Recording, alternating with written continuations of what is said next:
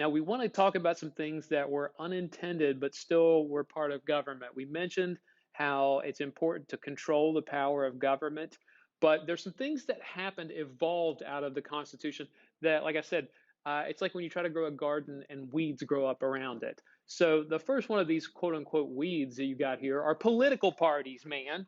Okay, political parties aren't mentioned in the Constitution, and they were never intended to really be a big deal in the American political system. But they happen anyways. We got two major parties, the Democrats and Republicans, not trying to insult your intelligence or anything. But these political parties, they can do great good and sometimes they can cause a lot of harm.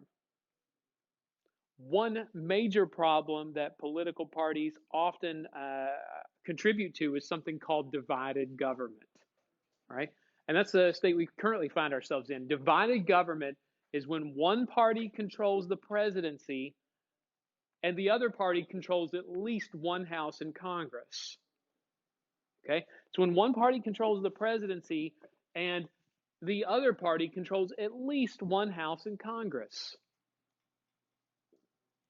Right now, Republicans have the president.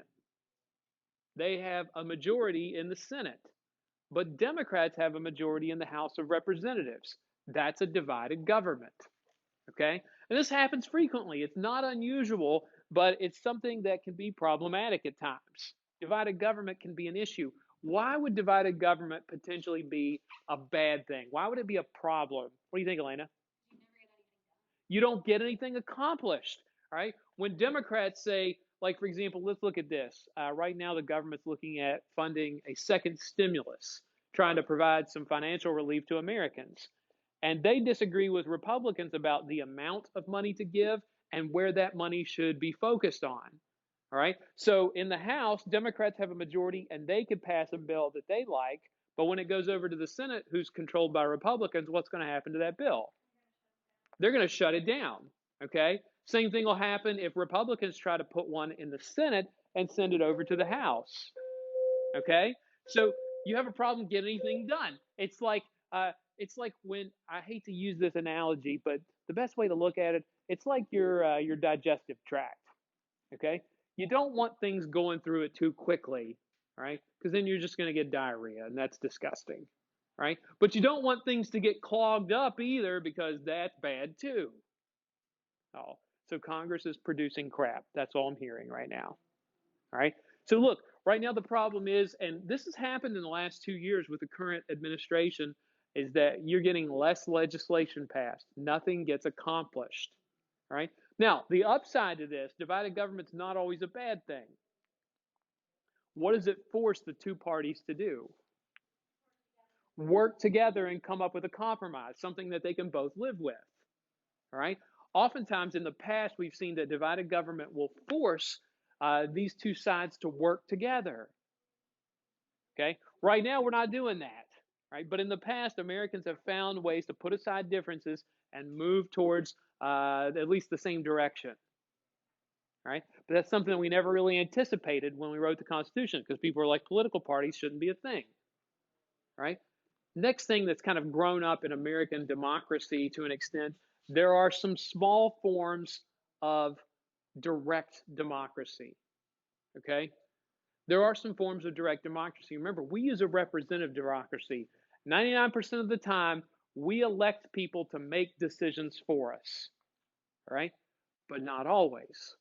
Some states will allow certain little forms of direct democracy. And one example that almost every state allows is what's called a referendum. Okay? A referendum. It's like referendum. Refer and then endum. A referendum. The best way to remember what it is to remember the root word, to refer. Literally, instead of the law-making body voting on something, they put it to a vote for the entire group to vote on, the entire group of people to vote on. They refer to the people and say, what do the people want? That's a referendum. Here's an example. 2 years ago, 2018, West Virginia had a referendum on the ballot asking West Virginians if they wanted to put tighter restrictions in place on abortions. And what do you think West Virginians voted? Yes. All right. In the past, you see a lot of other states. A couple years ago, Ohio put on the ballot for a referendum whether they wanted to legalize marijuana, and they voted no on it. Right? In the past, before same-sex marriage was basically declared a constitutional right by the Supreme Court, states did that too. If they wanted to legalize same-sex marriage, they said, let's put it in front of the people. We'll make it a referendum. Why would politicians want to make that a referendum instead of voting on it themselves? They don't want to make anybody mad because these issues, usually you'll find a lot of the issues are things that are very divisive, like marijuana. People get really bent out of shape about that. Abortion, same principle, same with same-sex marriage. And so if you're like somebody in the lawmaking body, no matter what you decide, you're going to alienate a lot of people, right? So they wuss out and they like, oh, we'll let the people decide. No. Should we do that or no? Referendums.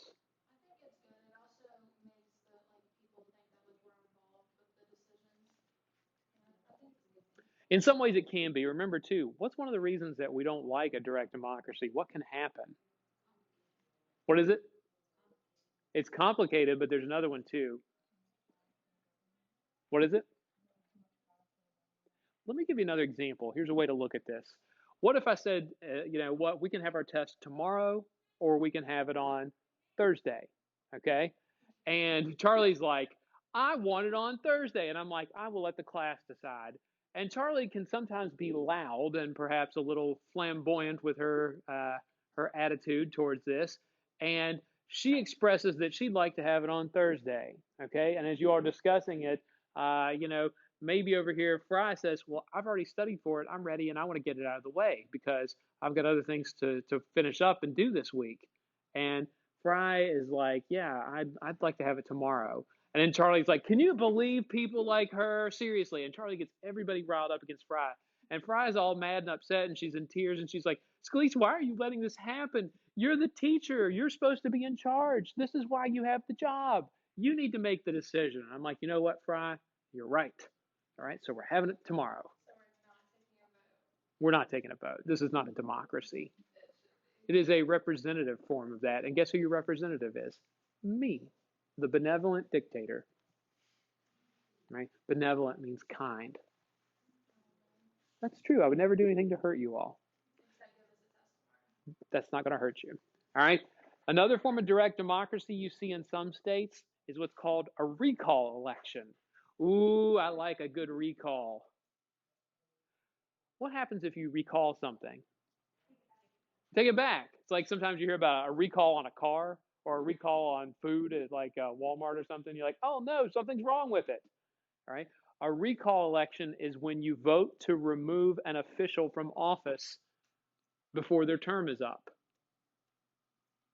It's when you vote to remove an official from office before their term is up.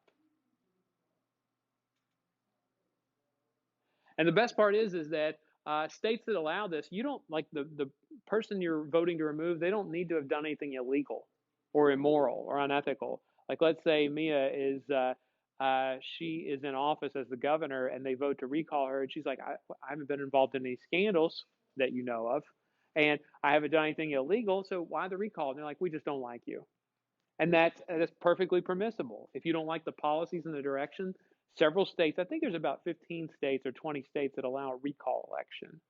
All right. We don't allow recalls, but we do referendums. Okay. The most famous case of a recall, and you don't see it too often, 2003, the governor of California, a guy by the name of Gray Davis, California voted to recall him, and they wanted Arnold Schwarzenegger instead. That's right, the actor, Arnold Schwarzenegger, the Terminator, as their governor. And he was great because he would always say California, like California. And I'm like, oh, Arnold, such a great character. It didn't turn out as well as they planned, though. Oof. All right. Now, let's talk about something else that's changed in government, the growth of government agencies. Okay. There are hundreds of government agencies that help enforce the law, and it's not something we ever planned on having. Okay. And it can be a bit of a problem. It's a useful thing, but it's a bit of a problem too. Anybody know the number of employees in the executive branch, even if you don't count the military? It's over 1 million people in the country working for the federal government for all these different agencies. That's a lot, okay? And you got to pay them salaries, and you got to pay for insurance, and you have to have a government building for all of them, and the government has to spend a ton of money on this stuff, all right? Government agencies are necessary, though, and here's why. Uh, do we need a Food and Drug Administration? Why?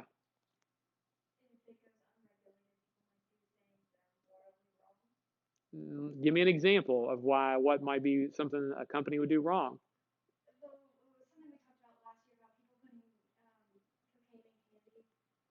Not necessarily candy, but in medicine, yes.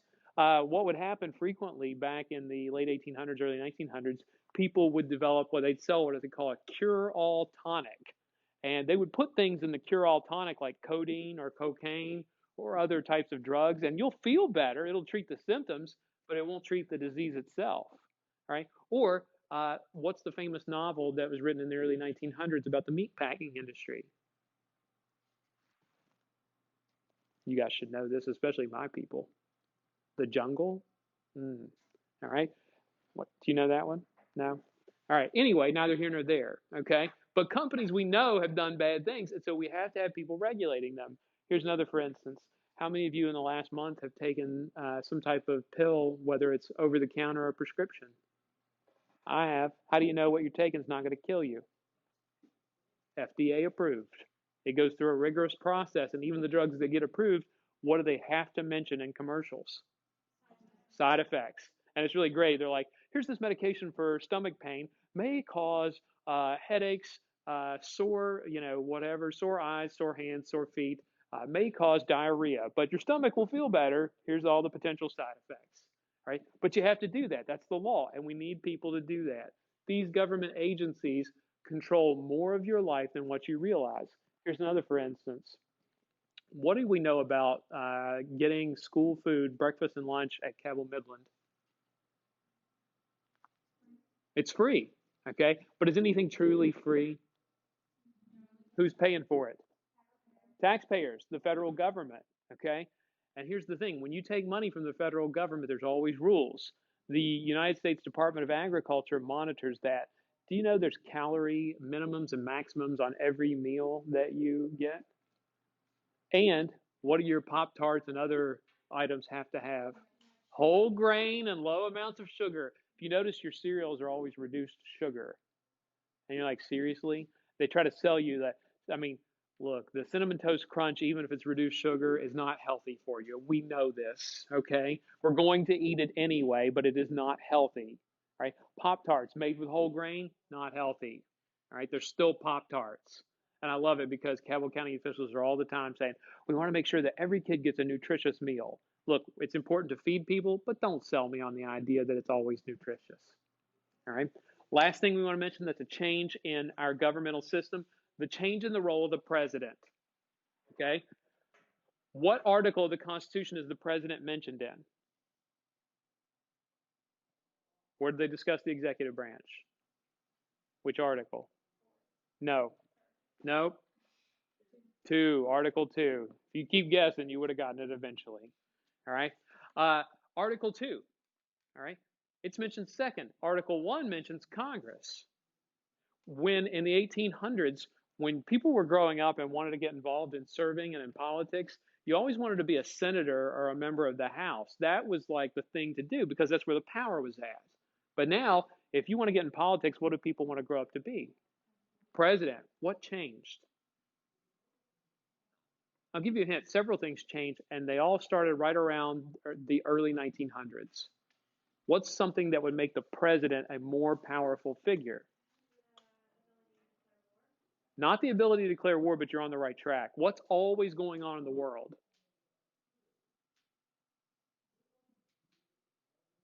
No matter where you go, there's always something happening that's an international crisis situation. Okay? And if there's an international crisis going on, like, say, a world war, what figure becomes powerful? The president, because he's the commander in chief. He also negotiates treaties. All right? So, because of like international crisis situations, we look to the president way more frequently than we ever did in the 1800s. Back then, we were not nearly as global as we are today. Okay? So now it's like you have to look to the president because we're a more global society. We're always involved in somebody's business. Okay? Second thing, what technology develops in the 20th century that allows you to speak to everybody? Radio and what else? Television. I heard somebody, I think somebody say that. Radio and television, right? That's significant because now the president can connect to anybody at any time. Right? Now, somebody asked earlier, they're like, well, can't members of Congress do the same thing? Like, can't they always connect to people? And the answer is yes, but here's the thing. If there's a senator from West Virginia who wants to address the nation, what's the only group of people that really cares to listen? People from West Virginia, right? But if the president wants to address everybody, he's the only public official who represents the whole country. And you guys don't even understand. Back in the day, we only had channels 2 through 13, and if the president was on, you were screwed. Every channel switched to the president. Exactly, Charlie. You couldn't watch your cartoons, and it was dreadful.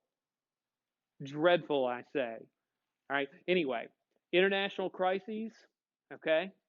You get international crises, you get a change in technology. There's also one other major event of the 20th century that causes people to look to the president more frequently. What's one scary situation where we all want to look to one person to lead? Oh, and a hush falls over the crowd. Think of drastic situations in America in the 20th century where things sucked. What is it? Nope, earlier. Nope, earlier. It was a very sad time. You could even say it was depressing. The Great Depression. Okay, you're like, oh, I should have known that. The Great Depression. People, and I know this is hard for you to remember a little bit because last year was kind of strange anyway. But the Great Depression, when the stock market crashes and the depression sets in, Herbert Hoover, he didn't really do a lot because he said it's not the government's place to really get involved and try to fix this. That's the economy, and the president's not responsible for the economy. And technically, he was right. It wasn't his responsibility, but he didn't realize that. Look, when you're the president, you get all the credit when things go well, and you get all the blame when things go bad. Okay? One other reason the president becomes more important, you get a bunch of weak Congresses. All right, starting in the 20th century, your members of Congress started to become weaker. Not physically weaker, you know what I'm saying? It's like the Thomas Jeffersons of the world, the James Madisons of the world, they're not becoming members of Congress anymore. They're not exactly our best and brightest. Why not? Why did our members of Congress stop being all these super smart, awesome people? Where did all the super smart, awesome people go?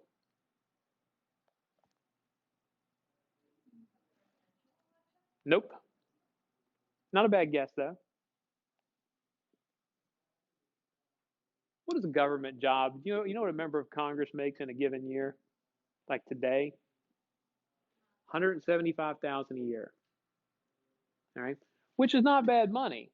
However, what could you do if you're a smart, capable person and you had a job, say, at, I don't know, Microsoft, Apple? If you had an executive job there, how much money would you make? A lot more. People start going into private industry more than they do government.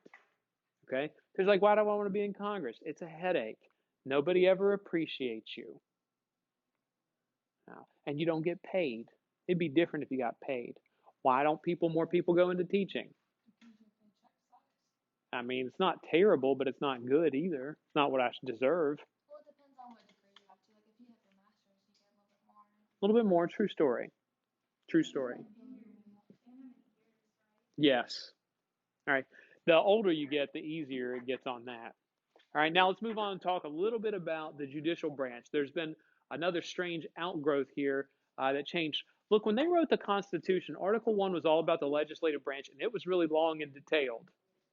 Okay. Article 2 was about the executive branch. And it wasn't as detailed, but it still had a lot of stuff to it. It talked about the president's powers. And then they got to Article 3, and they just got tired.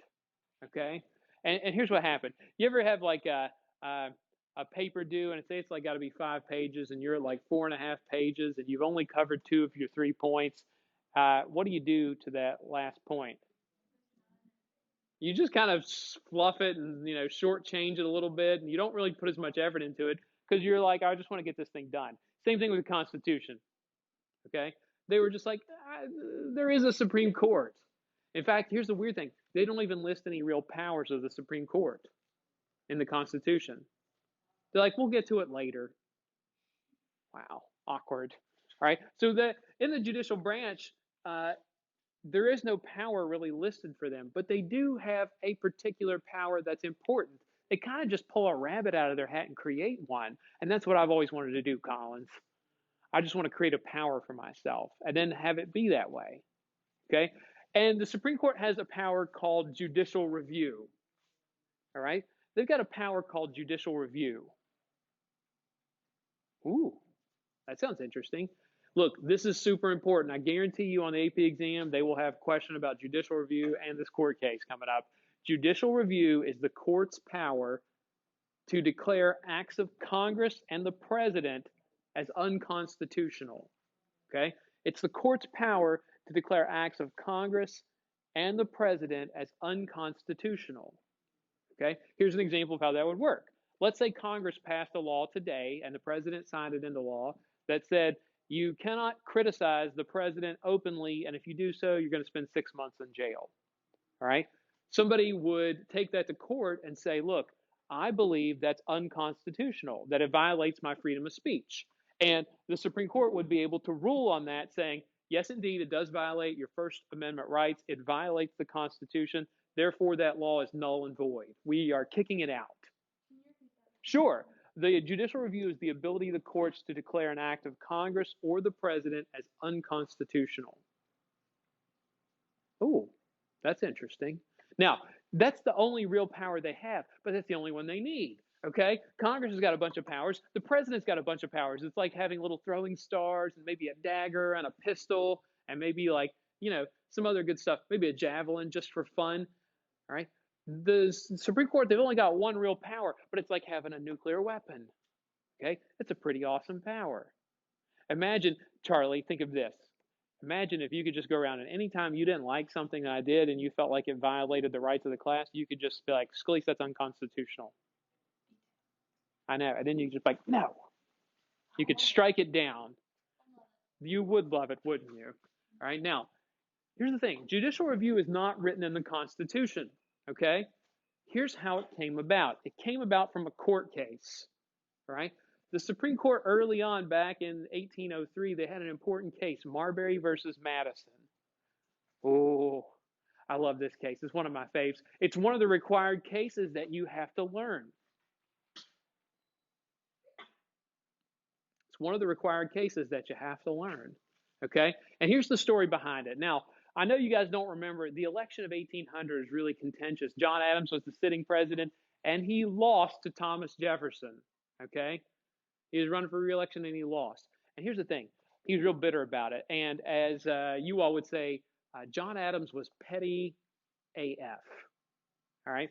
And here's where we go with that. Okay? John Adams, he loses the election in November, but he won't leave office until the following March. So he's got 4 months to do whatever he wants as president, knowing he's not going to come back. Okay? So one of the things he starts doing is he said, I am going to fill every political job with my friends and political allies. Oh, Kaiser, you wanted a job? I'm going to give you one. Oh, Charlie, you too. I won't forget you. Everybody gets a job. It's like Oprah. You get a job, and you get a job, and you get a job. Okay? John Adams is literally doing that until his last day in office. He spends his last day and last evening in office filling out paperwork, getting people certain jobs. Wow, that's pretty low, isn't it? He's like, I won't let the next president fill these jobs. I'm going to fill it with all my friends. All right? Now, here's where things get a little haywire. On his last day, one of the jobs that John Adams gives out is to a guy named William Marbury. Okay? And Marbury is going to get a job as a local judge in Washington, D.C. All right? Tammy, you're looking at curious about that. Yes, there's a lot of jobs that the president can give out, and a lot of them don't even require Senate approval. Okay? So Adams is handing out jobs left and right, and William Marbury is going to get a job as a local justice of the peace in Washington, D.C., and he's super excited. It's a good career move for him. All right? Now, he knows that he's getting this appointment. Adams fills out the paperwork for Marbury and for several other officials, and at the end of the day, it's time for him to leave the White House, the just constructed White House, and he says, oh, well, Jefferson will deliver all these papers to the appointees that I have established here, and I'll just let Jefferson take care of that. I'm done. See you later. Right? Well, Thomas Jefferson comes in the next day, and he and his new Secretary of State, James Madison, look at the big stack of papers of all the paperwork that's supposed to be delivered to these new appointees. And what do you think Thomas Jefferson does with all those papers? Boop, right in the trash. It would have been better if he would have burned them. That would have been for more effect. But Thomas Jefferson, oh, isn't that a shame? He forgot to deliver the paperwork. Well, he's like, I'm not going to give these jobs to John Adams's friends and political allies. I'm going to give them to my friends. All right? Well, how do you think William Marbury feels about this? He's furious, okay? William Marbury says, we're going to settle this the old-fashioned way, pistols at dawn. All right, we're going to have a duel. Just kidding. They didn't do a duel. That would have been much more exciting. All right? Marbury says, I'm going to file a lawsuit. He said, I'm going to take legal action against Jefferson and his Secretary of State, James Madison. Okay. Incidentally, he names Madison in the lawsuit. He could have named Jefferson himself, but Madison was supposed to be the official delivering the paperwork, so that's why he names him. Okay. Now, Marbury says, look, I've got to have a good legal argument. All right. And here's what he comes up with. Let me show you part of the law. And you don't need to remember this, but hang tight. Okay. Remember, after the Constitution was written, there were no official powers given to the Supreme Court. So Congress passed a law called the Judiciary Act, and it spelled out what the Supreme Court could do. Okay? And so Marbury's scanning through this, and he reads part of the law, and it says that the Supreme Court shall have the power to issue what are called writs of mandamus. And that's just a fancy word for a court order. Okay?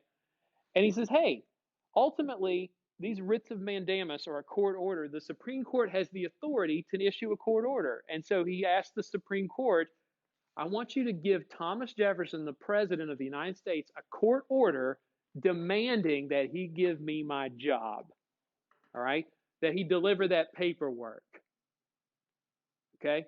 And so that's what he's asking the Supreme Court to do. He says, you have the authority, according to this law, you have the authority to issue what's called a writ of mandamus, an order. Ooh, court orders. I love them.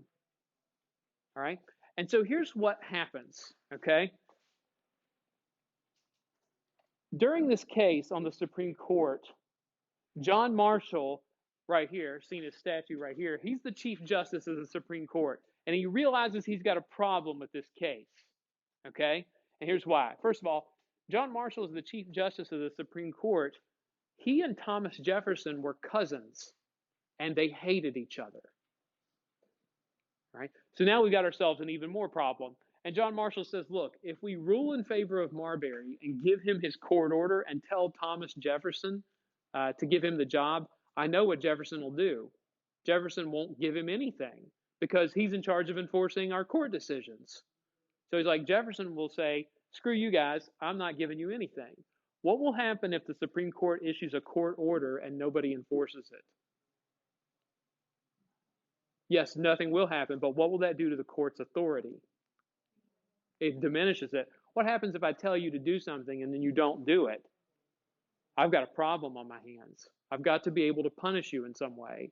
And so John Marshall says, look, we can't side with Marbury because that's going to look bad because Jefferson will just ignore us, okay? But he says, here's the other problem we have, okay? He says, we can't really side with, we can't side with Thomas Jefferson on this issue and deny Marbury because then it'll look like we're just doing what the president wants, right? So here's what John Marshall says. Look, when you've only got two options and neither one of them are good, you make a third option, okay? And so ultimately, here's what Marshall does and the Supreme Court decides. They said there's two key questions we have to address in this case, right? The first question is simple. Does Marbury have a right to the job? Is he entitled to this job? And what's the answer to that question? Absolutely. They're like, hey, John Adams was still the president when he filled out the paperwork and gave this guy an appointment. He should have the job. All right. And at this point, when John Marshall's reading the decision, Marbury's getting excited. He thinks he's going to win. Okay. But the second question is where things get tripped up. Okay. John Marshall says the second question is, does the Supreme Court have the authority to give him what he wants, to give Marbury what he wants? And he goes, the answer to that question is no. He says, look, this law says that the Supreme Court has the order to give these court orders, this writ of mandamus, but he says this law is unconstitutional because if the Supreme Court was supposed to have this authority to give out these writs of mandamus, where would it have been written down? In the Constitution, okay? And so he set the standard. He says this law is null and void because it gave the Supreme Court powers it was never intended to have. Question, Charlie. No, they said, look, ultimately, the Supreme Court's ability is just to determine what the law means. And it says we shouldn't have the authority like this right here. This law is unconstitutional, meaning it should have never been passed in the first place. Okay? The Supreme Court's there only to offer its judgment about what the law is, not to issue court orders. That's not what we do. That's like you coming to me and coming to class in fourth mod and saying, Mr. Scalise, I would like a hamburger. And I'd be like, you deserve a hamburger. However, this is not the place you get a hamburger. All right? Does that make sense? All right. This Marbury versus Madison, I guarantee you this case will be on not only my exam, but the AP exam. It establishes that precedent of judicial review. And here's the best part. John Marshall kind of just makes up judicial review, and then everybody just accepts it.